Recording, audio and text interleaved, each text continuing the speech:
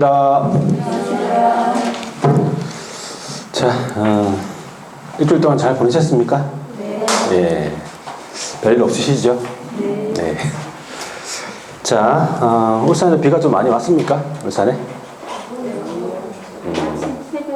새벽에. 예. 자, 새벽에 비가 왔는데, 뭐, 올까 말까 고민하셨어요? 고민? 고민할 때가 아닙니다, 여러분들. 여러분들 비가 오나 눈이 오나 뭐 바람이 부나 뭐 하나 무조건 와야 돼요. 뭐 대학생이 아닙니다, 여러분은. 대학생이야 뭐 그냥 비가 오면 그냥 오늘 안 가야겠다 이렇게 할 수 있지만 여러분 이제 대학생이 아니고 그렇죠? 무조건 와야 돼. 그래서 날씨 신경 쓰지 말고 그죠? 무조건 와서 공부에 전념할 수 있도록 하셔야 돼. 그런 습관을 가지셔야 돼. 한번 빠지기 시작하면 네, 뭐 계속 이래 빠지고 싶은 그런 마음이 들어요. 막 날씨 이상하고 그러면 처음부터 그런 생각을 아예 버리셔야 돼. 그렇습니까? 네. 자, 오늘은 14페이지 할 차례죠. 자, 14페이지 할 차례인데 교육 제도가 이제 먼저 등장이 돼 있네요, 그렇죠? 저번 시간에 여러분 총칙에 관한 내용을 좀 했었어요. 총칙에 관한 내용에서 이제 목적하고, 그 다음에 1조의 목적, 2조의 용어 정의, 그 다음에 3조의 중개대상물, 그 다음에 4조부터 8조까지가 공인중개사 시험 제도에 관한 내용, 이런 거 하셨는데, 따로 복습은 안 하셨죠, 여러분?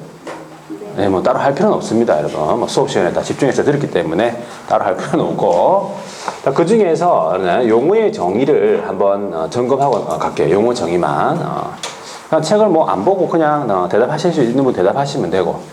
그래서 상기시키는 그런 의미에서 한번 체크해 볼게요. 용어가 제2조에 규정이 되어 있는데 제2조에 용어가 몇 개 있었습니까? 6개 용어가 있었죠? 첫 번째 용어가 뭡니까? 첫 번째 용어가 중개라는 용어입니다. 중개는 4개의 요소로 되어 있어요. 첫 번째가 뭡니까? 중개 대상물이 나와야 되죠? 예, 토건 입관공 들어보셨죠? 토건 입관공에 대하여 누가 나옵니까? 거래 당사자 간에. 자, 매매 같으면은 누가 나옵니까? 매도인하고 매수인이 나와야 되겠죠? 거래 당사자 간에 매매, 교환, 임대차, 그 밖의 권리의 득실 변경에 관한 행위. 자, 이걸 4글자로 뭐라 부른다고요?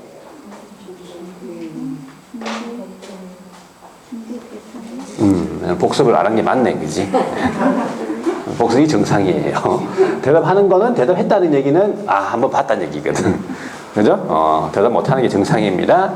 매매, 교환, 임대차, 그 밖의 권리의 득실 변경에 관한 행위. 이걸 4글자로 민법에서 뭐라 부른다고? 법률행위입니다. 기억하셔야 됩니다. 이 법률행위를 어떻게 하는 것이에요? 마지막에 알선하는 것입니다. 그게 뭐라고요? 중개입니다. 기억하셔야 돼. 그렇죠? 되겠습니까? 자, 두 번째 용어는 뭡니까? 두 번째 용어는 제 순서대로 한 것 중에서 두 번째 용어가 공인중개사라고 했죠. 공인중개사는 2가지 요소로 되어 있어요. 첫 번째는 이법입니다. 이법. 다른 말로 공인중개사법이죠. 공인중개사법에 의해 가지고 뭐 한 자입니까? 자격 취득한 자. 그렇죠. 자격 취득한 걸로 끝나야 되죠. 뒤에 다른 거 붙으면 됩니까? 안 됩니까?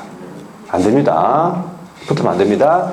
자, 세 번째 용어가 중개업이지요. 자, 중개업은 4개의 요소로 되어 있습니다. 첫 번째가 뭡니까? 다른 사람의 의뢰가 있어야 되죠. 이때 다른 사람이라고 하면 소유자가 될 수도 있고 대리인이 될 수도 있고 수입인이 될 수도 있다고 했죠. 이 다른 사람으로부터 뭐 팔아주세요, 뭐 하나 사주세요 하는 그런 의뢰가 있어야 되고 그 의뢰에 대한 개업공인중개사의 승낙이 있어야 돼요. 알겠습니다. 이렇게 승낙. 그래서 이 개업공인중개사와 의뢰인 간에 체결되는 이 중개 의뢰에 관한 합의를 4글자로 뭐라 불렀습니까? 중개계약이라 불렀어요. 들어봤죠? 중개계약입니다. 일단 기본적으로 중개계약이 먼저 체결돼야 돼. 뭐 팔아달라고 해야지 이걸 하는 거지. 뭐 팔아달라고 말도 안 했는데 막 중개하면 해주고 이러면 안 됩니다. 그래서 이런 청약의 의사표시, 승낙의 의사표시 합치가 있어야 되고, 두 번째는 일정한 보수를 받아야 되죠. 보수를 반드시 받아야 됩니까? 네, 현실적으로 받아야 돼요. 현실 수수를 해야 되고 받기로 약속만 하거나 요구하는 데 그친 경우에는 중개업이 아니라는 겁니다. 그 다음에 세 번째 요소가 앞에서 정의한 중개라는 게 그대로 들어오면 되고, 네 번째는 뭐예요?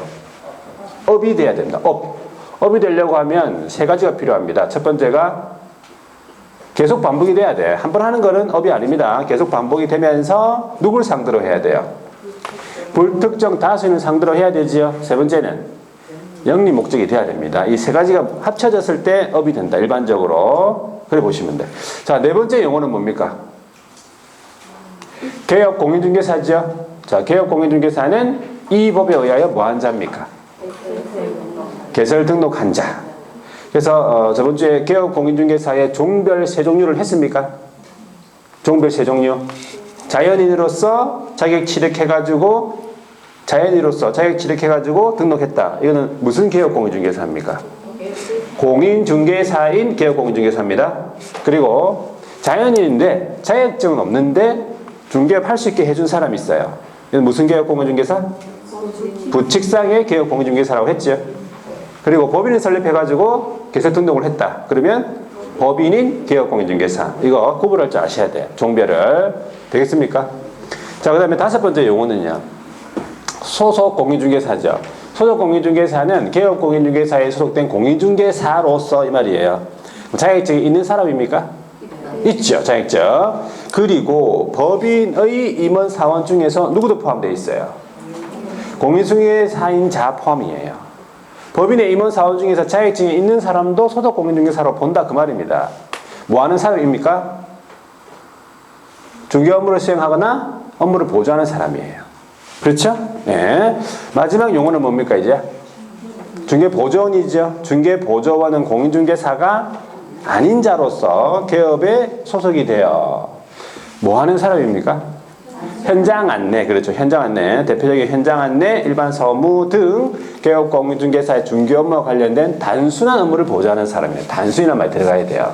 그냥 업무 보조하면 안 됩니다. 단순히 들어가야 돼. 왜? 자격증이 없기 때문에 그냥 업무 보조 하면 안 되고 단순한 업무 보조. 그 대표적인 단순 업무가 두 가지 명시되어 있는 게 뭡니까? 현장 안내랑 일반 서무. 아파트까지 데리고 가서 아파트에 올라가면 된다 안 된다? 올라가면 됩니다, 여러분. 또 올라가서 물 틀면 된다 안 된다? 물 틀어도 됩니다. 근데 뭐 하면 안 돼? 말을 하면 안 돼. 물을 잘 안 나온다 이러면서 이런 말을 했다는 거는 조사 확인한 거예요. 조사 확인하면서 이제 설명한 거지. 그거는 자격증이 있는 사람만 해야 돼요. 주기대상물에 대한 조사 확인 설명 같은 거, 하여튼 그렇게 이제 개념을 정리하시면 되겠습니까? 그래서 여러분들이 이렇게 제가 이제 뭐 물어봤을 때 이제 속으로나 아니면 이제 이렇게 입 밖으로 이렇게 이제 이야기가 나오면은 제가 좀 알고 있다라고 생각하시면 돼요. 어느 정도 대답을 할 줄 아셔야 돼요. 그것도 몇 초 만에, 1초 만에. 자, 하여튼 그렇게 해서 여러분들이 나름대로 내가 알고 있냐 모르고 있냐를 판단하면서 공부를 이제 일단 진행하시면 되는데, 일단 뭐 한 1월달, 지금은 이제 그냥 준비하는 단계고요. 1월달부터 이렇게 좀 기본서 나오면서부터 공부를 좀 시작해 주셔야 됩니다. 그래야지 편안하게 갑니다. 안 그러면은 나중에 시간이 좀 쫓기면서 그런 이제 경향이 좀 있어요. 그러니까 그렇게 이제 계획을 잡으시면 되고, 오늘 14페이지에 보니까 교육제도가 먼저 나와 있네, 그죠? 교육제도. 14페이지에 보면은 교육제도가 먼저 나와 있는데, 교육 같은 경우에는 원래 34조에 거기 34조라고 돼 있죠? 자, 구조가 원래 개설 등록이에요. 근데 34조 교육이 먼저 이렇게 앞에 실어 놓은 이유는 개설 등록을 하려면 그 등록 기준으로서 교육을 받아야 한다라고 이제 규정이 돼 있어. 그것 때문에 교육을 먼저 이렇게 실어놨습니다. 그 의미가. 그래서 예전에는 교육이 뒷파트에 이제 실어놨는데 최근에 이제 어떤 책들은 거의 다 앞에다가 교육을 실어놨어요. 그래서 교육 같은 경우에는 우리가 낯선 용어들은 아니에요. 교육은. 그렇죠? 많이 들어보셨을 거고. 우리 법에 규정이 되어 있는 34조에 규정이 되어 있는 교육 어떤 종류가 있고, 그리고 비교해가지고 제가 표를 하나 이제 정리할 테니까 그 표만 여러분들이 조금 정리해서 이렇게 암기하고 계시면 이 교육에 관한 문제는 무조건 맞추게 되어 있습니다. 그래서 표를 한번 적어 보겠습니다. 표. 자,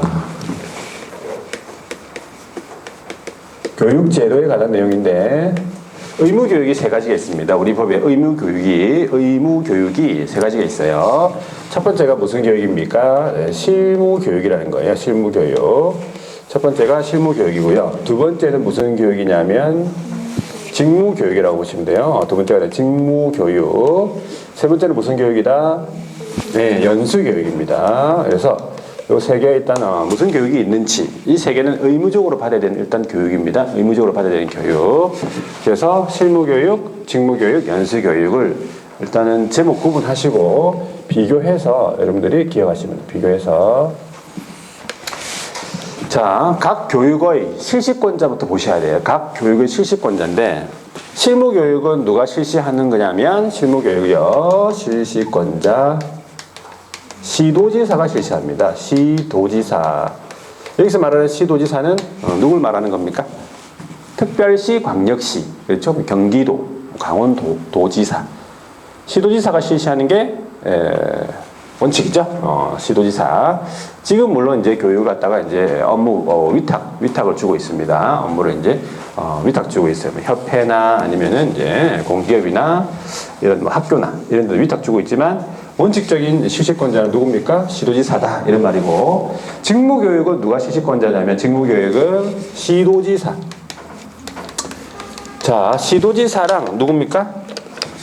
또는 돼 있어요. 또는 시도지사 또는 누구냐면 등록관청이에요. 자, 이 좀 특이하죠? 특이하기 때문에 이게 이제 기억하셔야 되는 거예요. 직무교육은 시도지사가 실시할 수도 있고 등록관청이 실시할 수도 있고 그 말이죠. 그렇죠? 그럼 만약에 시험 문제에 직무교육의 실시권자는 시도지사에 한한다 이렇게 나왔으면 맞습니까? 틀린 거 알 수 있겠죠? 예. 이걸 알고 있기 때문에 그런 지문이 맞다 틀렸다를 구분할 수 있는 겁니다. 이렇게 기본적인 이론을 여러분들이 머릿속에 딱 암기를 하고 있어야 해요. 그래야지 그 지문이 내가 암기하고 있는 그 내용과 맞다 틀리냐를 비교할 거 아니에요. 제대로 암기를 안 하고 그냥 대충 알고 넘어가면 이제 시간 문제 푸는데 오래 걸립니다. 오래 걸리고 바로바로 풀지도 못하고 내가 맞게 풀었는지도 정확하게 몰라. 그러니까 될 수 있는 한 좀 암기하는 식으로 해서 여러분들 공부하는 방향 그렇게 잡으셔야 돼. 그래야지 점수가 많이 올라갑니다. 자, 그러면 연수교육은 누가 실시합니까? 네, 연수교육은 시도지사다. 그렇습니다. 그래서 뭐 각 교육, 이 모든 교육의 실시권자는 동일하다. 그건 틀린 지문이죠? 틀린 지문입니다. 네, 그런 식으로 이제 물어볼 수 있다. 자, 실시권자에 대해서 한번 봤고, 그 다음에 누가 나오냐면 교육 대상입니다. 누가 교육을 받아야 되는가 이 말이에요. 교육 대상. 교육 대상 누가 받느냐면은 실무교육은 크게 네 부류가 있어요. 첫 번째가 누구냐면 개설 등록을 하려는 자예요. 개설 등록하려는 자. 개설 등록하려는 자는 뭐가 되고 싶은 사람입니까? 등록하려는 자는 뭐가 되고 싶다는 거예요. 개업공인중개사가 되고 싶은 사람이에요. 그래서 개업공인중개사가 되려는 자는 일단 실무교육을 받고 들어가야 돼요. 두 번째는 소속공인중개사가 되고 싶다는 소속공인중개사가 되려는 자. 소속공인중개사도 중개 업무가 가능하기 때문에 일단 실무교육을 받아야 돼요. 자, 세 번째는 개업공인중개사의 종별 중에서 법인 있죠. 법인인 개업공인중개사. 법인에는 대표자라는 사람이 있어요. 쉽게 얘기하면 우리 일반 법인 회사의 대표이사를 말합니다. 대표자라는 사람이 있습니다. 그 대표자 포함해서 거기에 있는 전 임원 사원이 다 실무교육 받아야 돼요. 중요합니다. 그냥 전 임원 사원이라 적을게요. 임원 중에 대표하는 사람이 임원 사원 중에 대표하는 사람이 대표이사잖아요. 그죠? 다 포함되어 있습니다. 전 임원 사원. 여기서 중요한 게 전 임원 사원에서 자격증이 있는 임원 사원도 있고 자격증이 없는 임원 사원도 있어. 그것을 불문하고 무조건 다 받습니다. 자격증이 있든 없든 임원 사원은 다 받아야 돼요. 여기서 말하는 임원 사원은 법인의 그냥 평사원이 아닌 거, 평사원 말고 간부급 있죠. 이사라든지 감사라든지 이런 간부급을 임원 사원이라고 부릅니다. 그죠? 임원 사원 아닌 사람들이 있어, 거기에. 그냥, 그죠? 평사원 이런 사람들, 그런 사람들은 일단은 실무교육을 안 받는 얘기예요. 임원사원이 받는 얘기입니다. 임원사원이, 전 임원사원, 대표자 포함해서. 그리고 네 번째, 법인 같은 경우에는 우리가 일반적으로 회사로 따진다면 이제 본사예요. 본사. 법인은 본사고, 본사는 일단 지점이나 지사를 둘 수 있잖아, 그죠? 두는 경우가 있잖아, 그죠? 우리도 마찬가지. 이 중개법인도 분사무소라고 하는 것을 둘 수 있어요. 지사격인 거, 지사격인 분사무소 둘 수 있는데, 그 분사무소에서도 책임지는 사람이 있을 거 아니에요. 대표자처럼. 그 사람의 이름이 뭐냐면 책임자예요. 네, 분사무소 책임자예요. 책임자가 되려는 자. 이 책임자도 받아야 돼. 책임자. 그래서 크게 네 부류다 이렇게 보시면 돼요. 대상자가. 이건 무슨 교육 대상자입니까? 실무교육 대상자고, 그 다음에 직무교육 대상자는 누구냐면은 중개보조원 있죠. 중개보조원이 되려는 자가 무슨 교육 대상자입니까? 네, 직무교육 대상자예요. 실무교육 대상자는 아닙니다. 그리고 연수교육 대상자는 누구냐면 실무교육 또는 연수교육 받은 후 2년이 경과된 지금 현재 일을 하고 있는 개업 공인중개사 및 소속 공인중개사입니다. 그래서 중요한 건 일단은 실무 연수, 실무 교육 받거나 연수 교육 받고 몇 년마다입니까? 2년마다예요. 그러면 연수 교육은 2년마다 실시한다 그 말이에요. 2년마다. 그 대상자는 누구냐면 지금 현재 일을 하고 있는 개업하고 소속이라는 얘기예요. 개업하고 소속. 지금 현재 일을 하고 있는 사람이 받는 거지. 소속으로 이제 내가 실무 교육을 받고 소속으로 취직을 했다가 내 적성에 안 맞아서 일주일만 일하고 그냥 그만두고 집에 있어. 집에 있는 가운데 2년이 흐른 거예요. 실무교육 받은 지. 그 사람 보고 나와서 연수교육 받으라면 됩니까? 적성이 안 맞아가지고 때리치웠는데 지금 와가지고 연수교육 지금 해야 된다고 나오라고 나오겠습니까? 그 사람 아닙니다. 지금 일을 하고 있는 사람 말이에요. 지금 일을 하고 있는 사람. 그 사람이 왜 계속 어떤 법이나 제도의 어떤 변경사항이나 이런 거를 알아야 되니까. 그래서 연수교육 하는 겁니다. 이거 알아두셔야 돼요. 대상자. 연수교육 대상이에요. 연수교육. 중개보조원은 연수교육 안 받죠? 중개보조원 연수교육 받습니까? 2년마다 받습니까? 중개보조원 안 받습니다. 중개보조원 안 받습니다. 자, 그 다음에 면제가 있어요. 면제. 교육 면제만 볼게요. 우리 교육 면제. 교육을 안 받아도 되는 경우 이 말이에요. 면제되는 경우가 어떤 경우냐면 첫 번째가 개업 공인중개사가 하도 일이 안 돼서 뭐 했단 말이에요. 폐업을 했어요. 폐업을 하고 나서 폐업한 지 몇 년 이내에 1년 이내에 다시 일을 하게 됐다. 다시 일을 하게 됐다. 그게 뭐냐면 이제 다시 등록을 하게 됐다 이런 말이에요. 다시 등록, 재등록. 다시 등록하게 됐다 그 말이에요. 몇 년 이내에? 1년 이내에. 자, 그러면 면제입니다. 실무교육. 그러니까 실무교육의 약발은 몇 년이에요? 1년 이내, 1년. 1년 지났으면, 폐업 후 1년 지났으면 다시 등록하려면 다시 받아야 돼요. 1년. 자, 1년 이내에 재등록. 그리고 등록 안 하고 소속으로 고용될 수도 있겠죠. 취직을 할 수 있을 거 아니에요. 몇 년 이내에? 1년 이내에. 그러면 면제입니다. 실무교육. 다시 일을 할 수 있게 된 상태예요.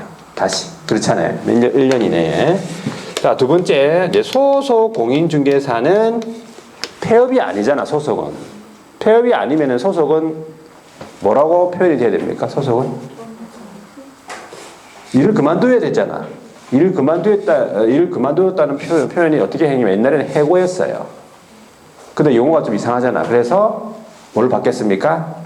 고용관계 종료로 바뀌었어요. 기억하셔야 돼요. 고용관계 종료. 고용관계 종료가 되고 몇 년 이내에? 1년 이내에 말이에요. 다시 어떻게 됐어? 재고용이 된 거예요. 소속으로 재고용. 면제. 나는 사업 체질이다. 그래가지고 개업으로 1년 이내에 등록을 하게 됐어요. 네 가지, 요 네 가지가 면제입니다, 면제. 되겠습니까? 어떻게 면제되는지. 제일 간단하게 적은 거예요, 이거. 더 이상 간단하게 적을 수 없습니다, 이거. 하여튼 요, 특징적으로 요걸 딱 외워놔야 돼요. 이 표를 갖다가 사진 찍듯이 그냥 딱 외워놔야 돼요. 되겠죠? 자, 그럼 직무교육 면제는 중개보조원이 되겠죠. 네, 중개보조원이 고용관계 종료가 되겠죠. 마찬가지. 고용관계 종료가 되면서 몇 년 이내에, 네, 마찬가지 1년 이내에 어떻게 된 거예요? 중개보조원으로 재고용되는 경우. 직무교육 면제입니다. 되겠습니까? 얘는 면제였고. 되겠죠? 자, 그래서 여기 밑에 이제 시간이 하나 더 들어갑니다. 시간도 들어가고 뭐 교육 내용도 들어가긴 한데 일단은 요까지만 여러분들 한번 외워줍니다. 여기까지만. 자, 그러면 나머지는 책을 통해서 한번 볼게요. 책을 통해서. 자, 거기 보시면은 이제 밑줄 한번 꺼볼게요. 14페이지 실무교육 돼 있네. 실무교육에 대해서는 동그라미 1번에 보세요. 네, 개설 등록 신청하려는 자 밑줄 끄시면 돼. 개설 등록 신청하려는 자 가로에 법인 사원 임원을 말한다. 법인의 경우에는 사원 임원은 전 임원 사원 다 말하는 겁니다. 분사무소는 누구를 말하겠습니까? 책임자를 말한다. 돼 있죠, 가로에. 네? 그리고 밑에 이제 시도지사가 실시한다라고 되어 있고요. 자, 기업 보세요. 어떤 경우에 면제되느냐 그 말이네. 기업이 폐업 신고 후 1년 이내에 다시 등록 신청했다 그 말이고요. 이유는 소속으로서 고용관계 종료 신고 후 1년 이내에 등록을 했다 그 말입니다. 이렇게 이제 따로 좀 바꿔서 해놨죠. 저쪽에 있는 표 형태로 여러분들이 암기하는 게 좋습니다. 자, 2번 동그라미 2번에 소속공인중개사가 받아야 된다. 실무교육 그 말입니다. 소속공인중개사 그 대상이지만 다만 해가지고 고용관계 종료 후 1년 이내에 재고용이 되는 경우 면제다 그 말이에요. 실무교육은요. 직무교육은 중개보조원이 되고 싶다. 받아야 되겠죠. 그래 보시면 되고. 연수교육은요. 실무교육 받은 기업 및 소속이 2년마다 시도지사가 실시하는 연수교육 받아야 됩니다. 이 말이죠. 밑에 통지는 지금 보지 말고요. 통지 보지 말고. 오른쪽에 거래사고 예방교육도 지금 보지 말고요. 밑에 표 중에서 그 밑에 창고에 표가 있죠. 그 표가 있는데 시간만 한번 체크해 보세요. 중간에 시간이라고 있어요. 실무교육 시간이 몇 시간입니까? 28시간 이상 32시간 이하입니다. 있죠? 연수교육은 3시간에서 4시간 이하. 연수교육은 직무교육이요. 직무교육. 연수교육 12시간 이상 16시간 이하. 그렇게 보시면 돼요. 일단 시간까지만 여러분 확인하시면 돼요. 그래서 1월 달에 요 내용에다가 이제 내용이라든지 그 밖에 특징 같은 거 이렇게 하나씩 보면 돼요. 붙여가지고 보면 돼. 그래서 실무교육 같은 경우에는 우리가 등록 기준 나중에 나오겠지만 등록을 하려면 중개업을 등록하려면 일단 실무교육을 먼저 등록 신청일 전 1년 이내에 실무교육 받아야 됩니다. 근데 지금은 좀 이제 인원이 그렇게 많지 않아서 지금 전체 이제 시험 치는 인원이라든지 아니면 이렇게 근데 예전에는 보통 인원이 많아가지고 이렇게 먼저 등록을 이제 자격증이 나오기 전에 먼저 실무교육을 받아줍니다. 자격증이 이제 시험 치고 한 달 있다가 이제 발표가 나면서 이제 자격증이 나오잖아요. 자격증 나오기 전에 이미 내가 합격 불합격의 여부를 알 수 있습니까? 합격 불합격의 여부는 언제 알 수 있는 겁니까? 우리가 시험 당일날 바로입니다. 그죠? 뭐 시험 당일날 이제 시험 치면은 물론 느낌으로도 알 수 있지. 느낌으로도 알 수 있지만 근데 이제 그날 가다반이 이제 나오잖아요. 그죠? 가다반이 나오면 이제 충분히 알 수 있어. 그리고 아까 이제 보통 학원에서 1차 치고 나오면은 이제 그걸 이제 문제를 이제 봐가지고 이렇게 출판사나 이렇게 이제 가다반을 만듭니다. 가다반을 만들어가지고 2차 치고 나서나 하면 2차 시행 시간에 한번 그 가다반을 이제 수험생들한테 이제 학교에 가가지고 나눠줍니다. 그러면 이제 1차 가다반이 이제 배포가 되는 거죠. 1차 가다반은 이제 배포가 되는데, 시험장에서, 바로 그 가다반을 보고, 시험을 매기는 사람이 있어요. 바로 매기는 사람은 어떤 사람이에요? 자신이 있다는 거예요. 자신이 있고 나는 합격이다. 이런 말이 있죠. 근데 그 가다반을 가지고, 그 종이 가다반을 가지고, 그걸 접어가지고 집으로 가는 사람이 있어요. 집으로. 고이 접어가지고 가방에 넣어서 집으로 가서, 문을 열고, 그죠? 어디로 들어갑니까? 안방으로 들어가요. 거실에서 안 먹입니다. 거실에서 안 먹여요. 안방으로 들어가서 안방의 문을 일단 잠굽니다. 잠궈가지고 아주 천천히 먹이기 시작하죠. 먹이면 일단 합격, 불합격 여부가 이제 나올 거 아니에요. 그죠? 합격이 됐으면 이제 나중에 인력공단에서 나오는 가다반도 같이 이제 채점할 거 아니에요. 합격이 됐으면 학원으로 이렇게 좀 전화가 옵니다. 합격이 됐다 이렇게 전화가 오죠. 근데 합격이 이제 만약에 안 됐다 그러면은 바로 어떻게 합니까? 전화기를 끕니다. 전화기를 그래서 전화하면 학원에서 전화할 거 아니에요. 합격 여부를. 그러면 전화기가 꺼져 있어. 그러면서 전화기가 꺼진 상태로 이제 한 달간 갑니다. 자, 그래서 여러분들은 어떻게 해야 되냐면 학원에 내가 합격했다라고 이렇게 전화할 수 있어야 돼요. 되겠습니까? 학원에 자신 있게 아니면 그냥 바로 매겨가지고 학원에 와가지고 바로 매기든지 하여튼 그렇게 자신 있게 이제 시험을 치고 합격할 수 있도록 준비를 하셔야 돼. 많이 남은 것 같은데 시간은 일단은 금방 갑니다. 금방. 한 11월 달부터 한 6월 달까지는 좀 더디게 갑니다.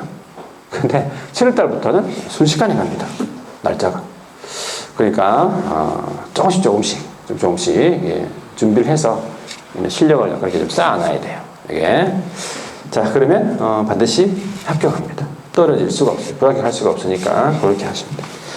자, 교육 받고 그 다음에 15페이지에 보니까 뭐가 나오냐면은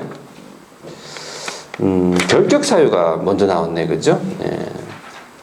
나오는 순서대로 한번 볼게요. 결격 사유. 자, 결격 사유는 많이 들어보셨어요. 이 용어 자체는. 그죠? 평상시에도 이제 많이 이야기를 또 하고 하는데, 자, 제목이 등록의 결격 사유 제 10조에 규정이 되어 있어요. 거기 조문을 보니까 1호부터 뒤에 넘겨보면 몇 호까지 되어 있어요? 12호까지 12가지의 결격 사유가 있죠. 자, 요게 저는 13가지로 이제 구분합니다. 2호를 2개로 나누면은 13가지가 되겠죠. 13번까지 있는데 오늘 다 할 건 아니고 한 6번까지 이제 6개 정도만 할 거예요. 6개 정도만 할 거니까. 자, 결격 사유도 마찬가지 한 문제가 나왔습니다. 어김없이 한 문제가 나왔습니다. 그래서 우리는 중개사법은 나오는 문제가 딱 정해져 있어. 그래서 그것만 잘 확실하게 하면 자신감 있게 그 문제를 맞출 수가 있어요. 자신감 있게. 자, 그래서 결격 사유에 대해서 한번 칠판에 적어볼게요. 결격 사유. 자, 등록 등의 결격 사유 이렇게 보통 제목이 그렇습니다. 등록 등의 결격 사유. 자, 결격 사유는 자격에 어떤 결함이 있다 이런 말이에요.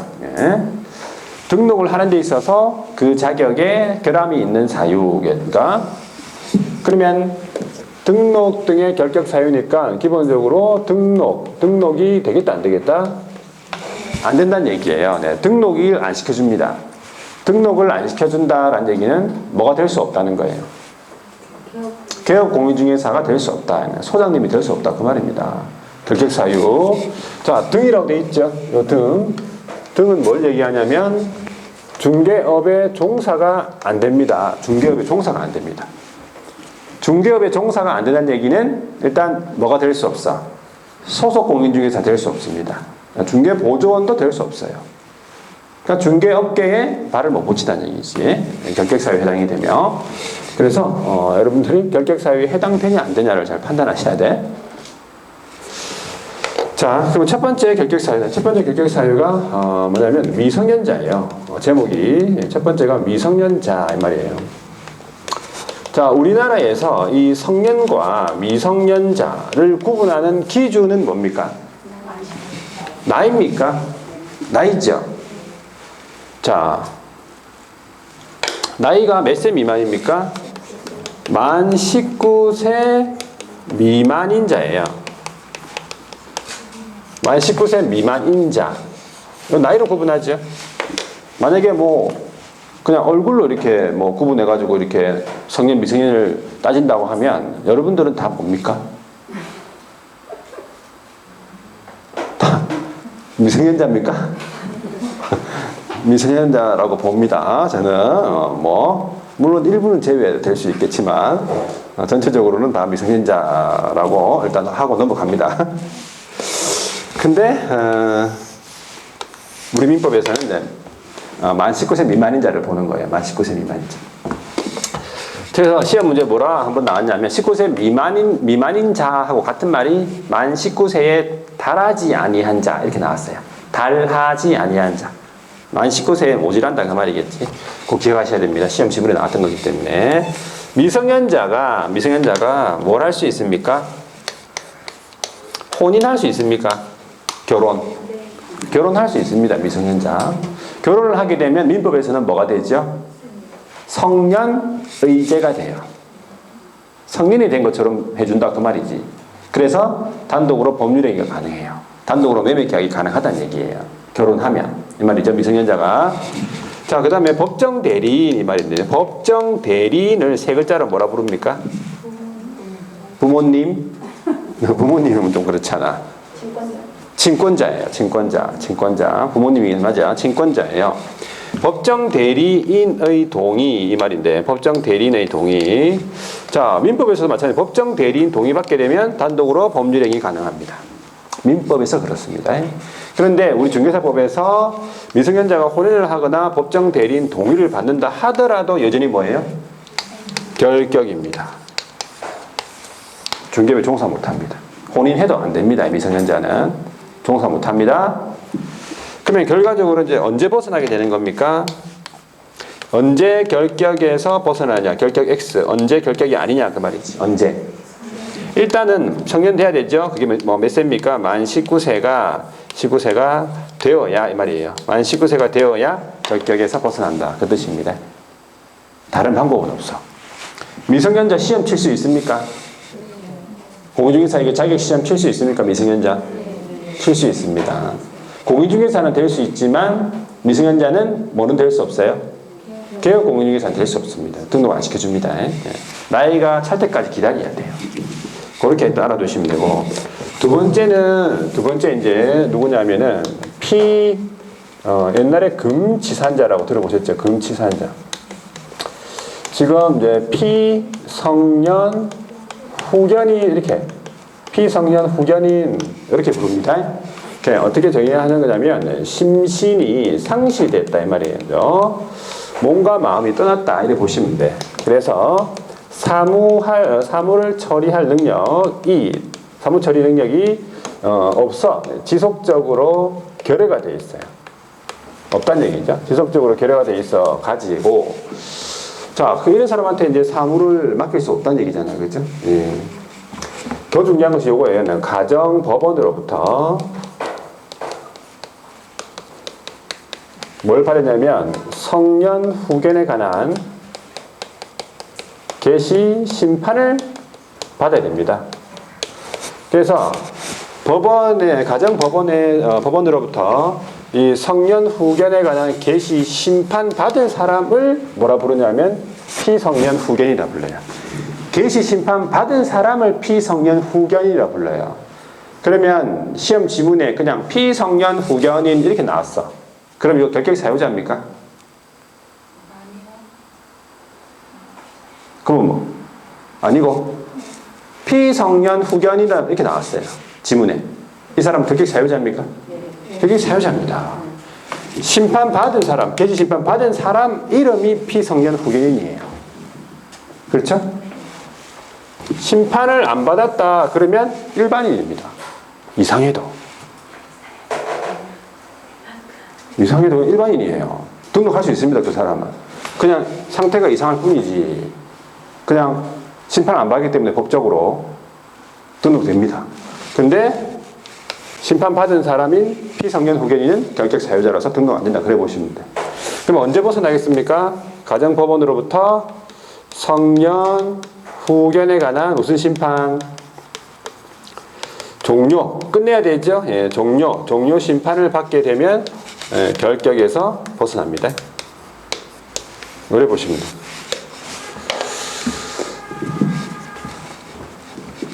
자, 개시 심판을 받았는데 어떻게 하다가 원래대로 돌아왔어요. 벗어납니까? 개시 심판을 받고 지금 피성년 후견인인 상태인데 어떻게 하다가 원래대로 정상으로 돌아왔어. 벗어납니까? 안 벗어납니다. 종료 심판을 받아야 된다는 얘기예요. 이게 중요한 게. 자, 그 다음에 이 비슷한 사람입니다. 세 번째가 누구냐면 한정치산자라고 있어요. 한정치산자. 여기에 한정 후견인 이래 부릅니다. 자, 이 사람은 이제 심신이 상실이 아니에요. 심신이 좀 박약해요. 약한 거지 왔다 갔다 하는 거예요. 그러니까 사무를 처리할 능력이 어떻다는 얘기예요. 부족하다 그 말이에요. 부족하니까 사무를 맡길 수가 없어. 그리고 가정법원으로부터 뭘 받은 사람이겠습니까? 한정 후견에 관한 무슨 심판? 개시 심판을 받은 자. 이 사람을 피한정 후견인 이래 부르는 거예요. 그러면 성년 후견, 피성년 후견인보다 약한 사람인데 마찬가지로 언제 벗어나겠습니까? 예, 한정 후견에 관한 무슨 심판? 예, 종료 심판을 받게 되면 예, 결격에서 벗어난다. 그렇게 이해하시면 돼요. 그러니까는 개시 심판하고 종료 심판 그 사이에 있는 사람이 결격 사유자다. 그래 보셔야 돼요. 이번 시험에 어떤 게 나왔냐면은 피특정 후견인 이게 나왔어요. 피특정 후견인. 피특정 후견인은 결격 사유자입니까? 아닙니다. 피특정 후견인은 없어 거기에. 없습니다. 피한정 후견인, 피성년 후견인이 결격 사유자지 피특정 후견인은 결격 사유자가 아니라는 거예요. 그 전에도 한번 나왔던 질문이에요. 결과적으로 기출문제를 출제 위원들도 많이 본다는 얘기예요. 똑같은 질문이 나온 거예요. 똑같은 질문. 피특정 후견인은 결격 사유자 아닙니다. 특정 업무에 대해서 후견 받는 사람이에요. 피특정 후견인은. 근데 결격 사유자는 아니라는 거 기억하십니다. 자, 그 다음에 이제 네 번째가 뭐냐면은 파산자예요. 파산자는 파산 선고를 받고 복권되지 아니한 자예요. 파산 선고를 받고 복권되지 아니한 자. 그러니까 돈이 없다는 얘기지. 그러니까 돈이 없기 때문에 이 사람은 돈을 보면 어떻게 하겠어? 돈을 보면 환장하지 뭐. 돈이 없기 때문에. 그러니까 일을 맡길 수가 없어. 돈 가지고 도망갈 수 있다만. 계약금 받아 도망가고 말든. 하여튼 파산자는 언제 벗어납니까? 법원으로부터 복권 결정 내지는 복권 선고를 받게 되면 예, 결격 사유에서 벗어난다. 그렇게 보시면 돼요.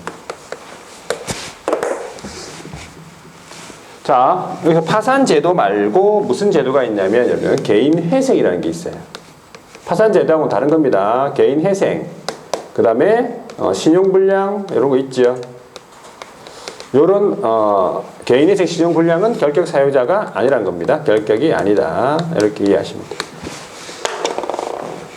자, 그 다음에 이제 교도소에 관한 내용인데 교도소예요. 교도소가 다섯 번째 수용자에 관한 내용. 수용자. 자, 조문이 이렇게 되어 있습니다. 금고 이상의 실형을 선고받고 이 말이에요. 금고 이상 실형을 선고받고 첫 번째 그 집행이 종료되거나 자 그리고 집행이 종료되는 것으로 보는 경우 포항 이렇게 되어 있습니다. 집행 종료, 그 다음에 종료되는 것으로 보는 경우 포함 또는 두 번째가 집행 면제입니다. 집행이 면제된 날로부터 몇 년? 3년이 경과되지 아니한 자. 3년 미경과. 자, 여기서부터 이제 몇 년이 나온 겁니까? 여기서부터가 3년이 이제 나오는 거예요. 앞에까지는 3년이 없었죠? 앞에까지는 3년 없어. 그냥 복권 선고 받은 바로 벗어나는 거고, 그 다음에 종용심판 받은 바로 벗어나는 거예요. 3년이 없는데 지금부터 이제 3년이 들어가요. 주의하셔야 돼요. 3년. 자, 이게 기본 조문인데 다시 한번 읽어볼게요. 금고 이상의 실형을 선고받고 집행 종료되는 것으로 보는 경우 포함 또는 집행 면제된 날로부터 몇 년? 3년이 경과되지 아니한 자가 결격 사유자예요. 일단 조문이 충실하게 암기하고, 그 다음에 중요한 게 이제 뭐냐면, 이게 금고 이상이라고 되어 있잖아요. 그죠? 우리나라의 형 중에서 9가지 형이 있는데, 그 형 중에서 제일 높은 게 뭡니까? 사형이라는 게 있어요. 사형. 사형 있죠? 사형 있습니까? 예, 사형 제도가 있어요. 자, 그 다음에 무기징역, 유기징역 같은 징역형이 있죠? 징역형이 있어요. 자, 그 다음에 이제 금고형이 있어요. 자, 여기서 이제 금고 이상이라고 되어 있죠, 법에. 그러면 요까지잖아요. 사형, 징역, 금고. 요 밑에 뭐가 한 5가지 더 있어요. 뭐가 있냐면 자격 상실, 자격 정지, 벌금, 과료, 구류, 몰수. 이거는 필요 없습니다. 요거는 자, 자격 상실됐다, 자격 정지됐다, 이런 사람들 결격 사유자 아니라는 거예요. 왜? 금고 이상의 형이니까. 되겠습니까? 자, 그러면 사형은 의미가 없잖아. 사형은 죽는 거니까 아무 의미 없고. 자, 징역형하고 금고형이 이제 문제인데, 징역형하고 금고형은 일단 차이점은 뭡니까? 이 차이점.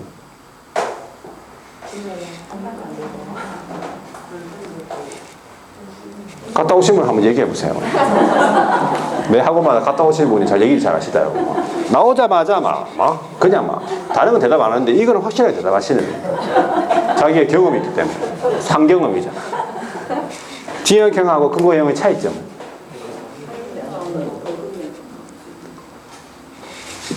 자,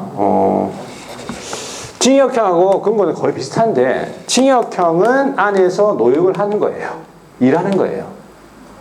강제 노역하는 거예요. 일하는 거. 금고는 일 안 하고 그냥 금고에 갇혀 있는 거예요. 그 차이점이에요. 되겠습니까? 징역, 금고 차이점.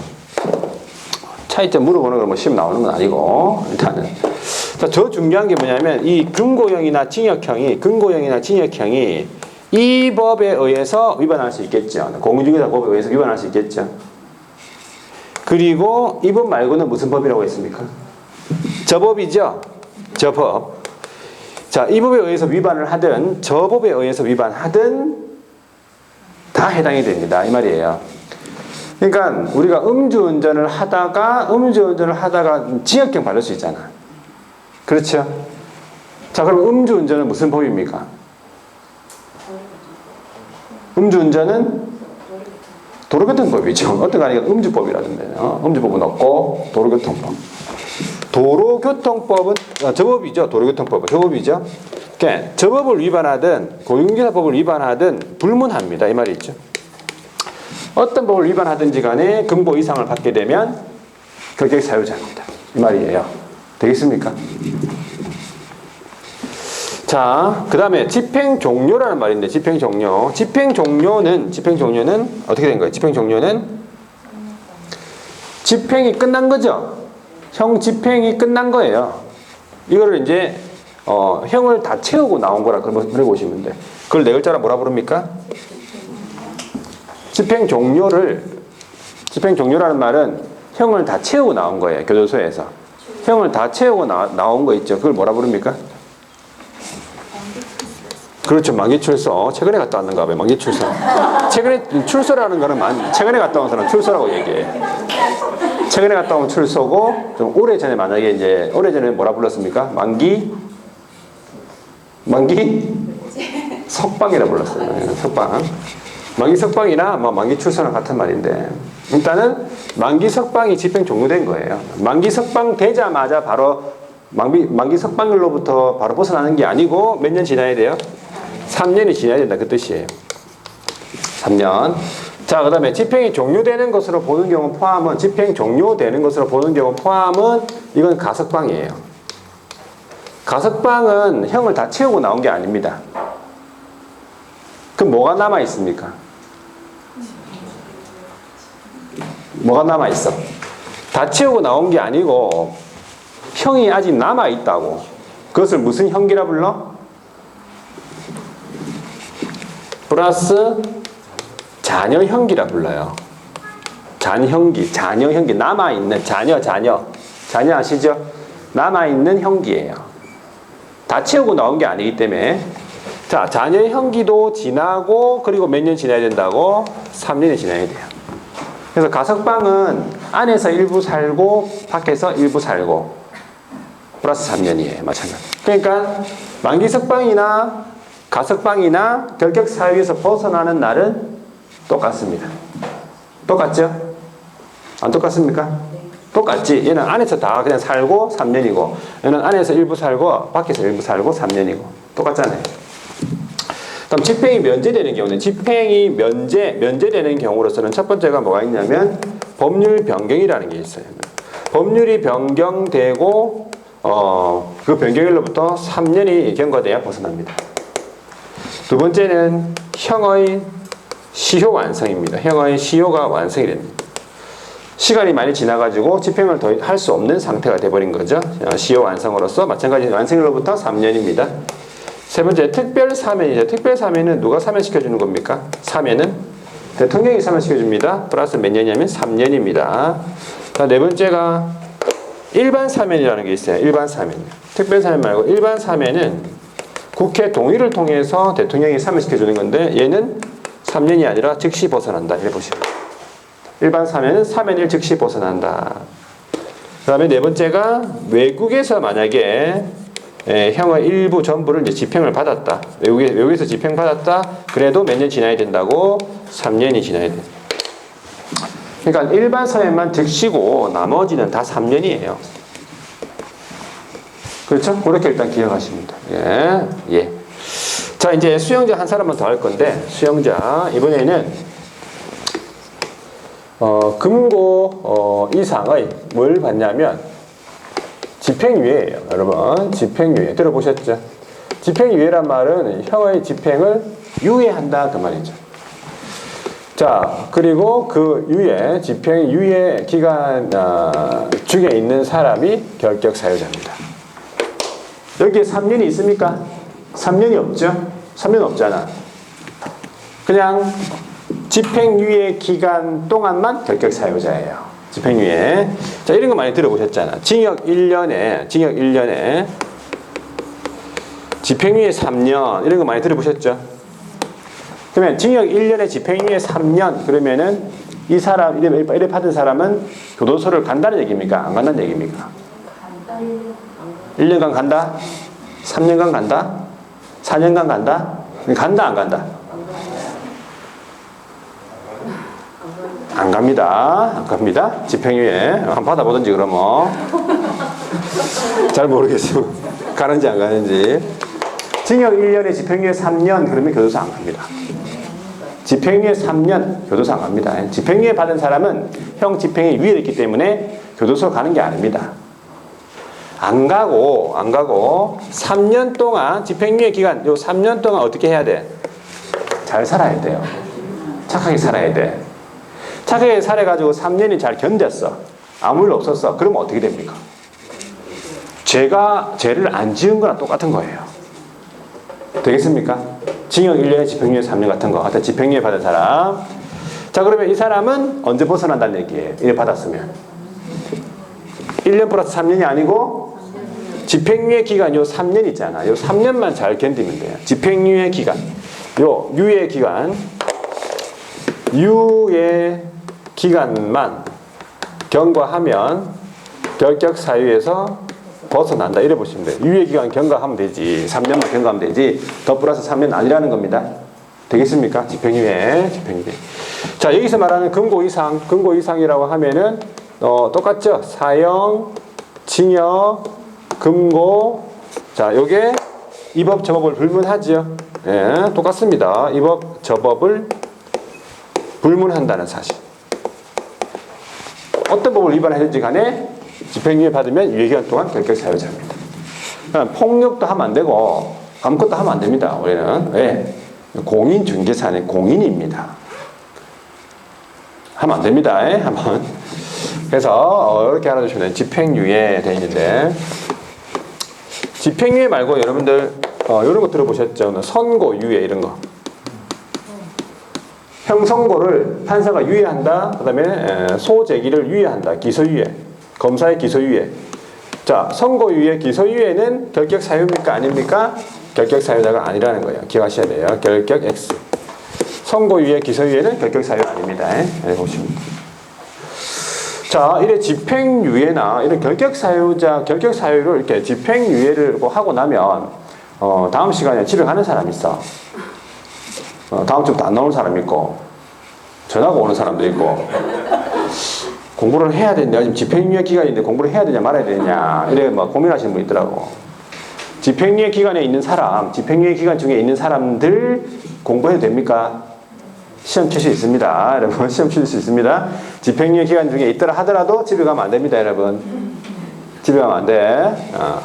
시험 칠 수 있기 때문에 공부해야 됩니다, 공부. 이렇게 알아두시면 돼요. 자, 그래서 일단은 6가지 정도만 봤어요. 거기 한번 체크해 볼게요. 어디 보시냐면 16페이지에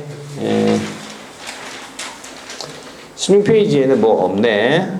16페이지에 거기 의의에 보니까 등록할 수 없다. 여기 밑줄 끄시면 돼. 요거만 등록할 수 없다. 1번에 있죠. 그 다음 동그라미 2번에 종사할 수 없다. 여기 보시면. 나머지는 지금 보지 말고 일단 그렇게 보시고 됐습니다. 이렇게만 할게요. 이렇게. 그래서 6가지 요거 말고 이제 이 법에 의해서 뭘 위반해가지고 결격 사유자가 된 게 한 7가지 정도가 있어요. 그거는 1월달에 다시 볼 겁니다. 일단 요 정도만 해도 충분합니다. 자, 그럼 좀 쉬었다가 16페이지 중개사무소 개설 등록에 관해서 한번 보도록 하겠습니다.